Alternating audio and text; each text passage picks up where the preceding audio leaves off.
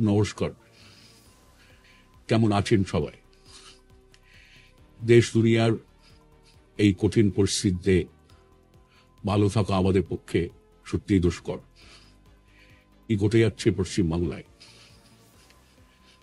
সন্দেশখালিতে যে অন্যায় করেছে তৃণমূল, তার কোনো ক্ষমা নেই।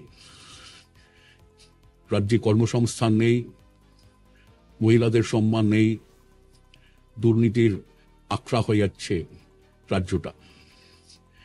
আমরা রাজ্যটাকে সুন্দর করে সাজিয়ে তুলছিলাম।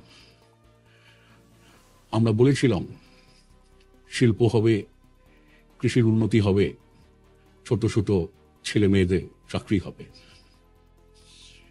ওদিকে কেন্দ্রে ক্ষমতা দখল করে বসে আছে দাঙ্গাবাজ বিজেপি, দুর্নীতিগ্রস্ত বিজেপি। নোটবন্দি করল, কর্পোরেটদের যথেচ্ছ তোষণ, এখন ইলেকট্রাল বন্ডের মতো দুর্নীতি। দাম বাড়ছে নিত্য প্রয়োজনীয় জিনিসের, ঢুকছে অর্থনীতি। প্রতিদিন সাম্প্রদায়িক ঘৃণা ছড়াচ্ছে বিজেপি। আরো শেষ মনে রাখবেন, তৃণমূলের আমলেই কিন্তু বাংলায় বিজেপির বারবারন্ত। কে এই নরেন্দ্র মোদী, কে এই মমতা ব্যানার্জি?